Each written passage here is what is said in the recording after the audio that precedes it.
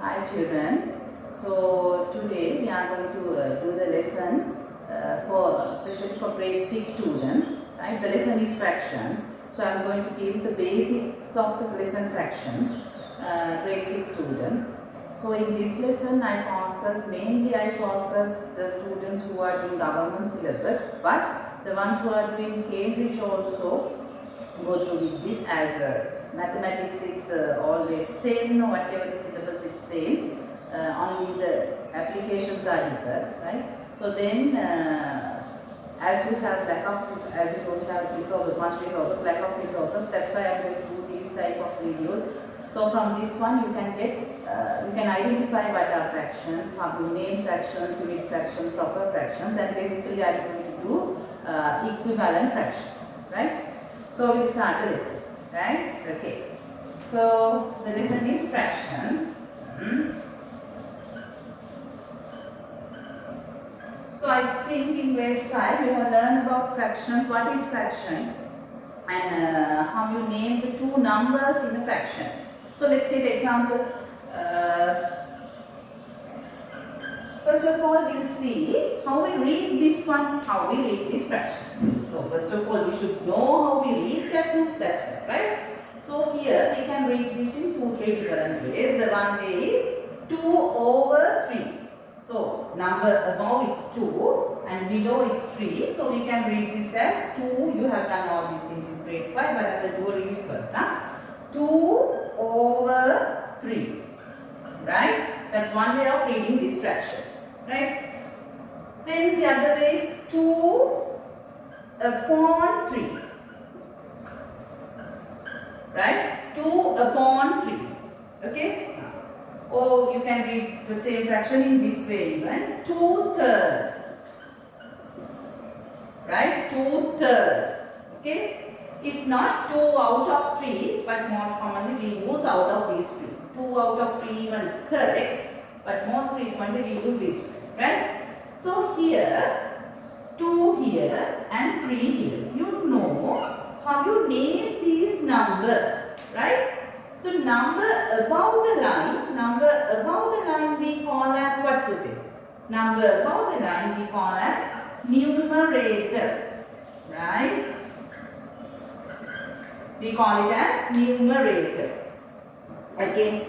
So number below the line we call it as denominator. Right?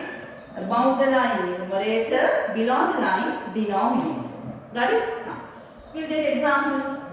Let's take this one. Yes. How you read that? How you read that? This is 3 over 4. Right? The one day is reading 3 over 4.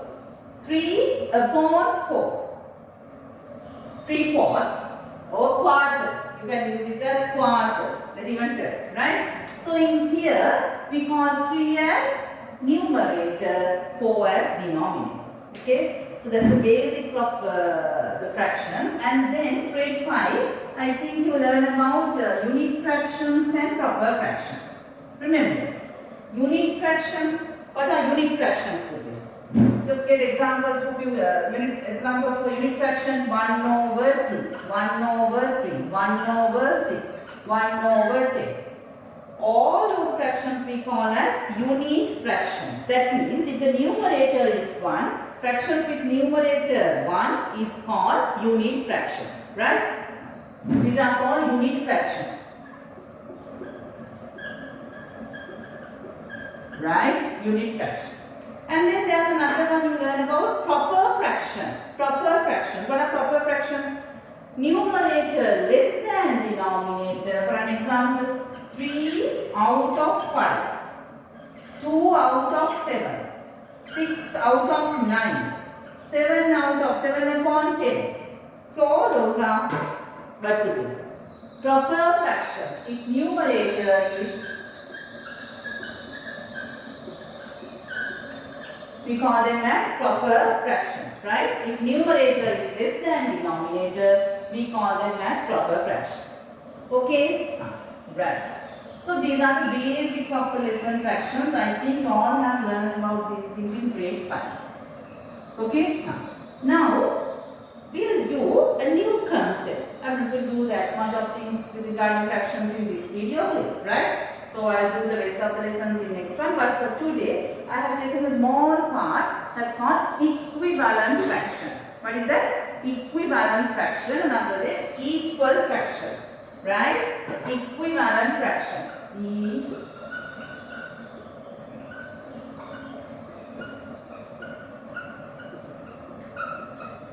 Right.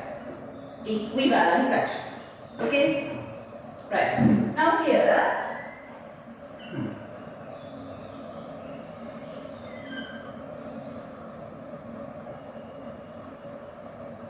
so if you get this the entire thing as 1, right? The whole rectangle as 1. I divide that into 2 equal parts. I divided that into 2 equal parts and I collect one part out of 2. Right? One part out of 2 parts that we divided. Right? So with this is as a fraction 1 out of 2. 1 part out of 2. Got it? Yes. So we'll draw another rectangle with as same the previous one. Right? They are equal in area and all that. Right? Then we'll divide. First I divide into 2 and then again divide that half again into 2. That means finally I divide the thing into 4 parts. 4 equal parts. Right? So out of that I will divide 2 parts. That means I divide the entire thing, the whole rectangle into 4 parts and out of that I collect 2 parts. So as a fraction, how do you write that? 2 over 4. Got it? 2 over 4. Let's get another rectangle. Right? Yes. 2 parts. Okay. So I divide the rectangle into how many parts? 6 parts. No?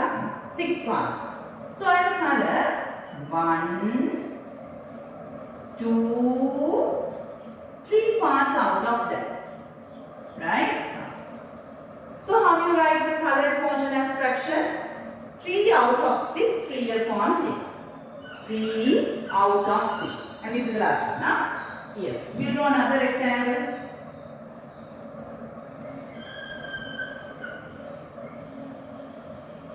Same size, huh? And I divide that into 8 equal parts, right? Out of 8 parts, I color 4 parts. 1, 2, 3, 4. So how do you write colored portion as a fraction? 4 out of 8. 4 upon 8. 4 out of 8. So when you observe all these diagrams and fractions we got, now in all these, the equal portion colored, no? Here this part 1 over 2, 2 over 4, 3 over 6 and 4 over 8. The colored portions are equal. That means these fractions also should be equal, right? As the colored regions in same extent, that means with the always it's half of the rectangle, half of the entire thing. That means as they are equal, the fractions also should be equal. So we can write 1 over 2. This fraction is equals to 2 over 4. And that's equal to 3 over 6 and 4 over 8. So all these fractions are equal. We call them as equivalent, equal fractions, equivalent fractions, right? So all these are equivalent fractions. So can you find a way to the method to get equivalent fraction? That means if the question asks get equivalent fraction for 1 over 2. So always you can't draw the figures and color half and draw another same size figure and get an equal fraction. That's not practical. Practically you can't do, right? Yes. How do you get equivalent fractions for half? So 2 over 4 is equivalent fractions for half. But we have done that. So if you multiply 1, how do you convert 1 into 2? You can multiply it 1 by 2, then it's 2. And 2 also multiplied by 2, it's 4. right? So how you convert half into 3 over 6? 1 multiplied by 3 and 2 also multiplied by 3. And 4 over 8, 1 into 4 and 2 into 4. That means by multiplying numerator and denominator by the same number, we can get equivalent fractions. We will see a few examples how we get equivalent fractions for given number.